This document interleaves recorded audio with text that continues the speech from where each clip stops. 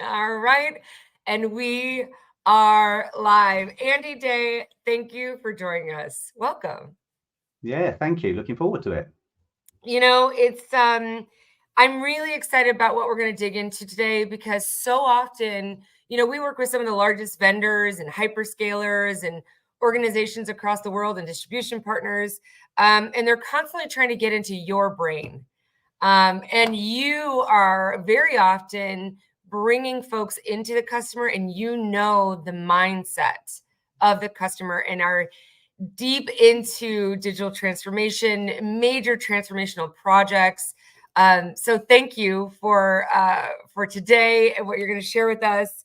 But before we get into any of it, you're the sales director at IGX Global, which is an ePlus company. Many of us know you guys kind of across the globe, all of the incredible projects you're doing. We're going to talk a little bit about it. In fact, I've been recently briefed around what you're doing with AI, and it's incredible. It's incredible. So before we get into all of that, for those who maybe don't know you or don't know ePlus and IGX Global, tell us a little bit about yourself. Yeah, no worries at all. So thank you for that intro. I'll try and make up for it as we go through. So yeah, I'm Andy Day, Sales Director for IGX Global, an ePlus technology company. Been in ePlus now, IGX since August 2022. So previously to that, I've kind of worked big blue chip likes of BT, done very small venture capital backed as well. So I've kind of done big, small and all in between. Been in the industry now for about 27 years, which pains me to say, but the grey hair proves it. So no, been in the industry a long time. Always worked in kind of specialist areas of video conferencing back when that was specialist, collaboration, unified conferencing. Moved into probably the most specialist of all, cybersecurity, back in 2018.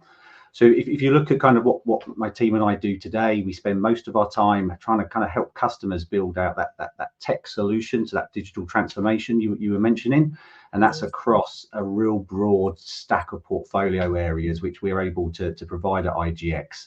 So that's network, it's data center, it's cloud, it's collab, it's security, and of course you mentioned it, we couldn't have any type of presentation if we didn't put the magic AI word in there. So we do an awful lot of that in the moment as well. Personal level, I'm lucky enough to live in the UK, in the home counties. I kind of share my life with my wife and two kids. I've got a naughty beagle called Bilbo, and so I spend a lot of my time kind of at work, getting stressed over things that probably don't matter too much in the grand scheme of things, and then rest of the time spending time decompressing with the family, volunteering in the community, and trying to get that balance back a little bit. That's incredible. And I love your naughty beagle bit. That's hilarious. I have a naughty Frenchie that you can hear in the background right now. So that's very Well, he's just been sent to the vet today because he hurt his leg. So I'm hoping the naughty beagle doesn't come with a naughty bill from the vet this afternoon as well. But no, bless him, he's well loved in the house. That's very sweet. That's very sweet. And you said it best. You're right. We probably worry about things too much that, in the grand scheme of things don't matter as much. But that being said, I mean, you guys work across so many different important verticals, including hospitals, banks, manufacturing, retail. It's incredible. It's incredible what you all are doing, and the vast amount of organizations that you're helping around the world and the way you're helping them. And with technology, I mean, you've seen it better than me. I'm barely 27-year-old, myself. So I was just born. I'm kidding. Thank you for believing that. I saw like Great moisturizer. It's a great moisturizer. A hint of belief. That's right. That's right. All the moisturizer. But you've seen it for the last 27 years, how technology has evolved and become an integral part of business. We're no longer, it's not necessarily or shouldn't be considered a cost center, but something that's allowing you to do your job bigger and better than you could have done yourself. And as we're seeing that, and as technology is becoming that critical component to effective business, how do you keep up? How are you doing it? There's so many things thrown at you.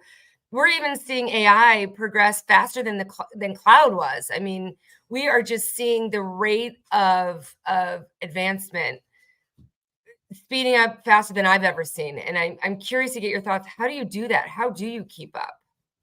Yeah, well, I'm lucky enough that working for ePlus, we've got a great team behind us, and that comes with great benefits of being able to kind of bring the team in when you need them. But it also means we had to change some of our methodologies, which I'll talk you through a bit later. We kind of come up with this concept of jazz band, which I know we'll talk about.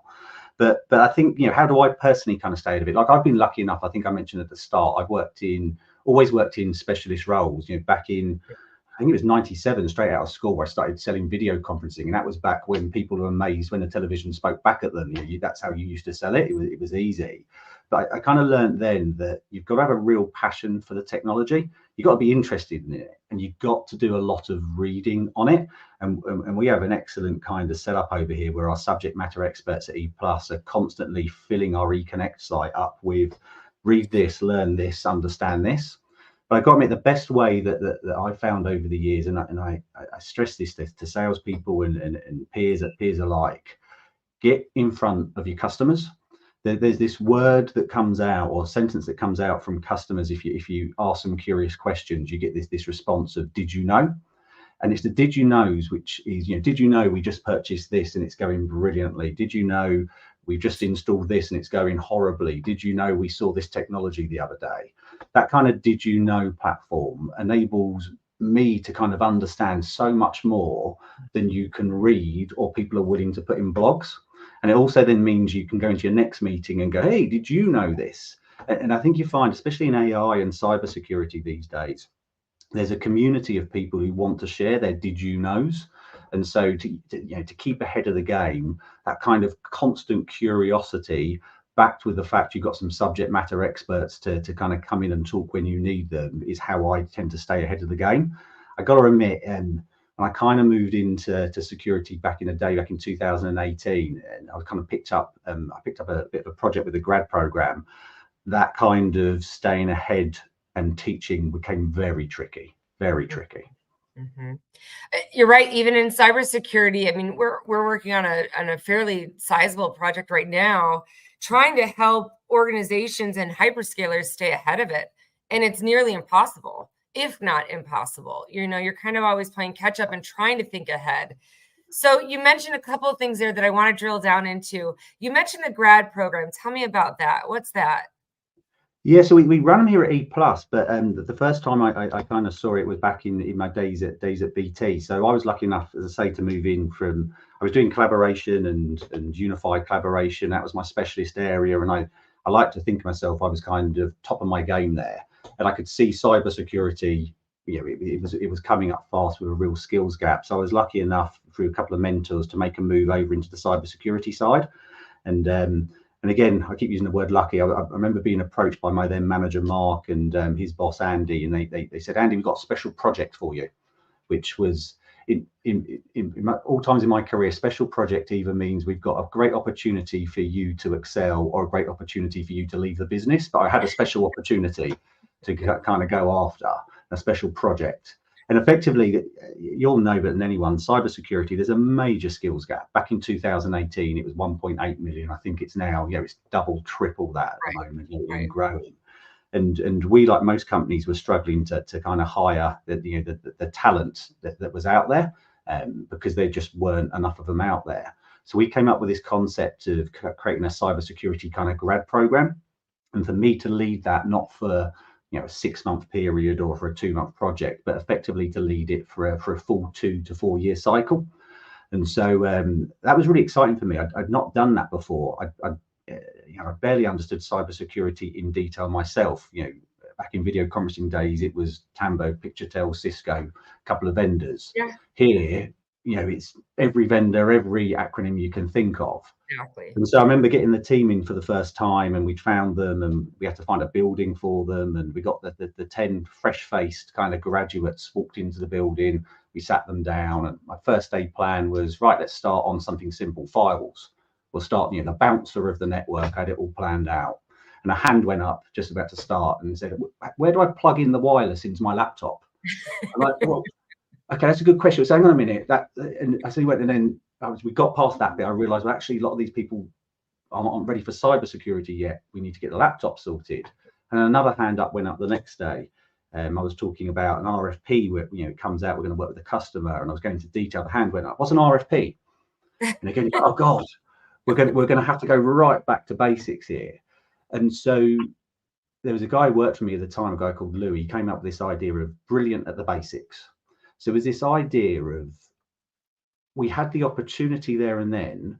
Everybody picks up bad habits as they go on their careers. But if you could get that brilliant at the basics put into a group of people who hadn't learned anything yet about our industry, you could teach them not just cybersecurity, but the art of the sale and the methodology. You could teach them how to run a meeting and how to present, how to create an agenda, how to do an elevator pitch. And we created this great little cohort of human beings, which I see happening in ePlus constantly, of out of this kind of machine and this factory come these people who truly understand how to ask customers questions, truly understand how to listen to the answers, and then can build the solutions after that. So I was lucky enough to kind of run that in the UK and Europe for the previous company I worked for, and that was a really interesting place for me to be in. It's also probably one of the most proudest moments I've got actually as well, just because you'll know it, right? Again, I'm slightly older than most of the grads who's kind of sat in front of me that day. But as I look now, 4, 5, 6 years on, you just watch them on LinkedIn shooting up the various different ladders in their various different organizations. And you kind of feel like you had a little part to play in that, which I really like. I think that's really important. We go back to your previous question about how do you stay relevant and aware. That ability to share knowledge, to impart knowledge, to create a community where everyone's kind of working together, I think is really cool. I guess, again, the final part of it, final byproduct, I probably, if I'm lucky, got about another 20 years of work in front of me if some of the investments don't pay off in everything. But I know that cohort at some point will be industry leaders, so I can probably go tap them up for a job at some point in the future if it goes horribly wrong. I tell folks at my Continuum, just make sure you remember me and hire me when I need a job one day. Yeah, this is it, exactly. Remember me? I taught you how to present and create an agenda. Can I have a job now, please? Yeah, exactly. I think in all seriousness, that is exactly why you're a great sales leader. I think that's exactly why. That says so much about you as a person and as a leader. I know we've all heard this cliche, but it bears, kind of reflecting on, which is people follow leaders, and I remember learning this about maybe 10 years ago now. So I'll age myself a little bit too. You never really know who's learning from you, and you don't know what they're learning from you. So the fact that you get such joy, and I remember we've talked about this offline as well, and it's so authentic and wonderful about you, because you light up when you talk about, hey, I got to see these people, where maybe their lives would have taken a different path. And I think that says a lot about you, and it's exciting to see. It's a great. I appreciate it. In a very British way, I'll try and take the compliment and move it on. If they do well, I earn lots of money, right? So there's a bit of a Machiavellian twist in it that if they do well, I do. So yeah, it's not all about just the goodness in my heart. I know, and I try not to compliment too much. I know it's not the British way, as you would say. Yeah. So, but I do appreciate that, and I think that says a lot. And I think especially now when we're in such a capitalist or profit center business, it's nice to see leaders that still care about their people. And I think, to your point, there's a symbiotic relationship to that, because as much as you're invested in them, they're invested in you. And to your earlier point, you're creating this community of people learning from people. And that's how we all grow. There's no way. I never heard you once say, well, I sit in a dark room and I come up with it all by myself, and I don't really need anybody else. We do all need each other. And when you build, and you said the word community, I'll have to go back and listen. How many times did you say the word community? But that's exactly it. And interestingly, that's something that ePlus / IGX Global, and for clarity, let me put a pin in my last thought. IGX Global is an ePlus company. So when I say ePlus, IGX Global, we're saying the same thing. I'm not moonlighting across 4 different companies. So it's IGX Global, an ePlus technology company. So ePlus has been around for 30 plus years. One of only, I think it's 10% of companies listed on the NASDAQ who have done so. big kind of multi-billion-dollar organization. And ePlus was an acquisition. Sorry, IGX was an acquisition they made back in 2015, and we continue to use that name in UK and Europe. Exactly. But yeah, difficult to fit on a business card. IGX Global and ePlus technology company. But I'm sure as people are listening, like, what are they talking about? Is it IGX or ePlus? It is. Yeah. Yes. The answer is yes. Yeah. But as I was kind of back to my community thought, back to the original thought, what ePlus is doing, what you guys are doing around really surrounding your customers with a community, what you now lovingly call jazz band, which I definitely want to drill into. It's a concept, we work with a lot of your competitors. We work with a ton of VARs, GSIs, SIs, you name it, disties. You guys are doing something incredibly unique. And I get the advantage of hearing from your customers and your teams, even at the field level, all the way up to the leadership level, of the impact that's having. So when you talk about community, this isn't just a personal attribute that is so dear to you. It's something that I'm seeing surrounding your organization and what's differentiating you on the map. So tell us a little bit about, what is jazz band? What is that? Yeah, I'm going to. Some of the team will cringe as we talk about this if they watch this one back. But so look, it's a key point. But there are a couple of major reasons that kind of I joined ePlus a couple of years ago and joined the IGX family over here. So number one, we're global. I want to be able to deploy solutions globally to customers, and I need to be able to do that not in one product set area. So the fact we can do network, DC, cloud, collab, security, and AI globally was really important to me. To your point, if you're going to as well create a community, you need to have what I see as longevity, both in the company and with customers. And so the fact we've been around for those 30 plus years, but a stat which really made me want to come join was the average tenure of an account executive in a technology industry here is something like 8 to 9 years. That's unheard of, right? Most other companies, people are popping up and disappearing every 5 minutes saying, I know I said this technology was great, I've changed my mind, I work for this company now, this is the best one for you.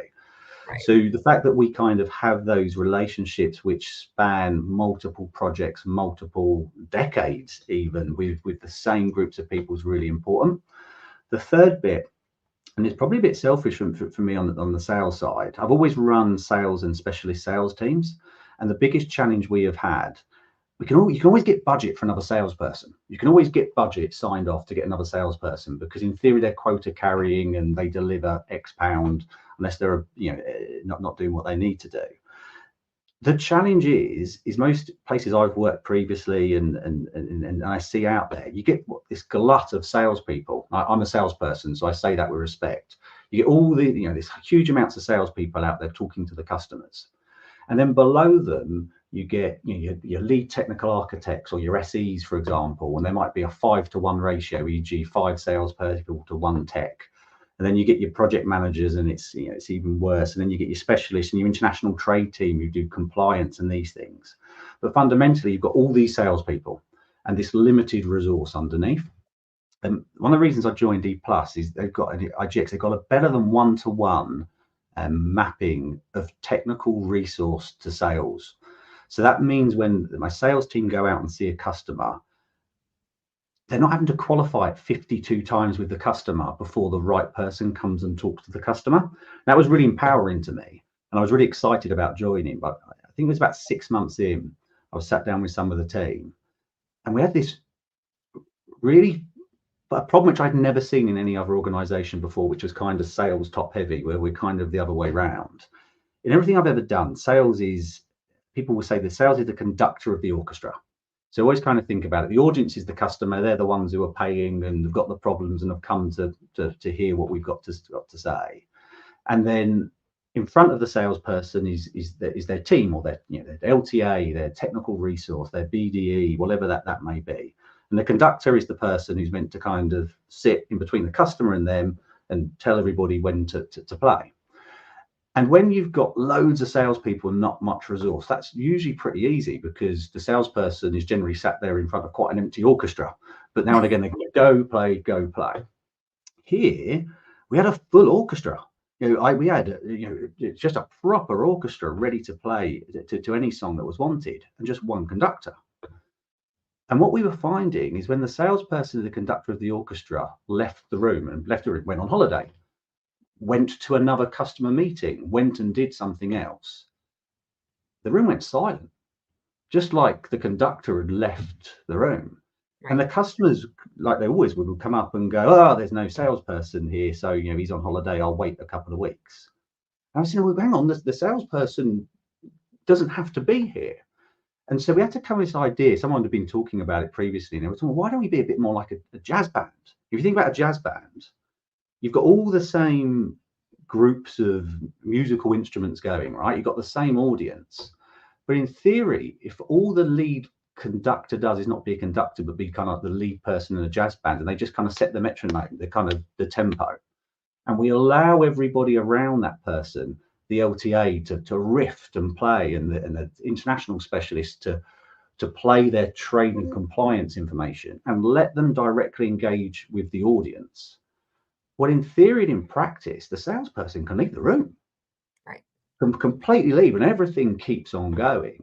And so we put this in place, and it took some serious changes in how we worked as a team.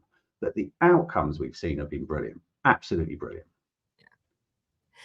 I mean, it's just such a revolutionary idea about how you support your customers. And especially, again, it goes back to what we were talking about when we first started talking, which is things are only getting more complex right now. Technology never dies. We just keep adding on, that's just the nature of our business. So how do you do that? How do you compensate for that model? And because ePlus has such a vast, deep technical army or, band behind you, now all of a sudden you're flipping the script and saying, well, wait a minute, are we looking at this the right way? It also shows just how incredibly invested you are in those outcomes that you promise to your customers. Well, I think Even if it was really. No, sorry. I think to your point, it was really hard to start with because everything you taught previously is, the salesperson owns the account, the salesperson makes the decision. No one say anything to my customer about run it past me first, because what would happen if you did something wrong? And so we had to, and generally the only time that the specialists get in front of the customer is when they're invited, and maybe if they want to talk about AI specifically, we'll go into that. There's so many stacks of things you've got to think about that you end up with this kind of bring the bus mentality that you'll get 20 people in a room to have a conversation. I can barely organize my own diary, let alone 20 other people. So it just wasn't working. But what we found is we had to get to this point where we had to do two things. One was we had to set what we call the metronome cadence calls. So a salesperson is going to have to get their group of fantastic resource on a call without the customer there to set the beat. This is what's happening. You might not have been in that meeting. You don't need to be in this meeting, but this is what's happening now. And so everybody knows what's happening. Now, mostly that's done in customer meetings. I've seen customers in other roles I've done, the specialist in the corner asks a question. I'm like, well, the customer said, well, you should know that. You deployed that for me 2 years ago. And so you've got to remove that. And that's what those kind of cadence metronome calls give us in jazz band. The second thing was authority. Even though we said it was okay, you'd still see some of the technical resources going, well, I saw the email from the customer, but I didn't think it was my job to respond. And we found ourselves getting stuck with the word we. Hey guys, girls, we need to go do X, we need to do Y, let's split. And we found that everybody with the word we went, oh, I assume that means the other we, not me. And so we had to purposely move to the cadence calls using you and I. And we had to give confidence to everybody to say, I want you to do this. And that person had to say, I will own that. And we also had to allow everybody to say, and I guarantee one of us is going to make a mistake at some point. And that is okay, because we're all going to make it. But the advantages we get of fast pace, knowledge in the customer, sharing informations, did you know, is massively outweighed for our customers versus, oh, I sent you the wrong quote because I was trying to get it in 1 day to you rather than 5 weeks, which you might have taken previously. So we found that really interesting. And I think to your point on AI, I think AI is really, I don't think you can work in conductor of orchestra And I worry, if I was still in previous kind of places, about how we scale and scope working in that way. Right. If you think about AI, everyone getting very excited, but fundamentally, you've got to get a load of these kind of modular building blocks put together to make it work. So you're a customer, you get that instruction from your C-level board. We need to do something on AI. We must do something on AI. And then you're a CTO, someone else in that team, and okay, what are we going to go do? Well, what are you going to do? Well, firstly, you might need some advice. So ePlus, we have our advisory service. You might be AI curious, you might be AI settled, you might be an AI expert, but you might want to just talk to somebody who can guide you on where you should go and what others are doing. Did you know? Well, great. Now you've done that. Now you might need to buy some GPUs. You might need some NVIDIA DGX. You might need something physical to buy. Well, now you're going to go talk to that team over there, maybe, if you're not talking to someone else. Well, ePlus, we're an NVIDIA DGX managed service partner globally. Then you need some plumbing, because this kind of AI stuff is churning data through it, and you've got to move that data around fast. So you might need the solution like a Mellanox InfiniBand or a Juniper or a Cisco converged Ethernet solution. Again, you're going to go have another 5 meetings with 5 other people about that. We're a Cisco Gold partner, we're a Juniper Elite partner, we're an NVIDIA partner, as I said. Now you've got data everywhere. You've got to store it somewhere where you need storage as a service, maybe from the likes of Pure. And what happens if someone ransomwares that data? What are you going to do there? You need backup as a service with Rubrik suddenly. And now all this stuff's got to be stuck somewhere. We've got to stick it in a data center. So, who's going to do that for you? And then once you've got all those modular building blocks sorted, at some point, well, who's going to install it, maintain it, manage service it, feed it, water it? And so when AI came out, we found the team were in a really unique position when a customer said to us, well, I want to discuss AI. Traditionally, what you do is you send all the people who were the experts in that area all en masse to go meet with the customer to ask them all lots and lots of questions, if you were even allowed to do that. Now what we're able to do is sit there and go, okay, well, they're AI curious, so we just need the advisory team. They already buy Juniper offers, so we know what they've got there, so we know they've got the plumbing. Let's just send our AI person and our plumbing person. And by the way, guys, girls, you already know the customer. The salesperson can't make it, but the customer can make the meeting tomorrow. Go. And you just find it works so well. Mm-hmm. And again, it goes back to that's the best, quickest result to your customer. Fun, yeah. It really is. And I applaud you for building that out and then taking it on, because I can't imagine just even the mental shift that it required of your teams. And you touched on it a little bit. And then organizationally, what that meant, operationally, what that meant. And, so I applaud you. And we're already 7 minutes over. I'm like, oh, this is so interesting. And from a behavioral standpoint, and then, of course, from an outcome and impact standpoint. So, Andy, I'd love to have you back on. Thank you so much for joining and for being so open and honest about some of the things that you're doing and how you approach them. The world is trying to figure it out right now, and we need strong partners like you to help facilitate that and help navigate that. It's not going to get easier. I'll say it that way. It's only going to get more complex. So thank you for what you do.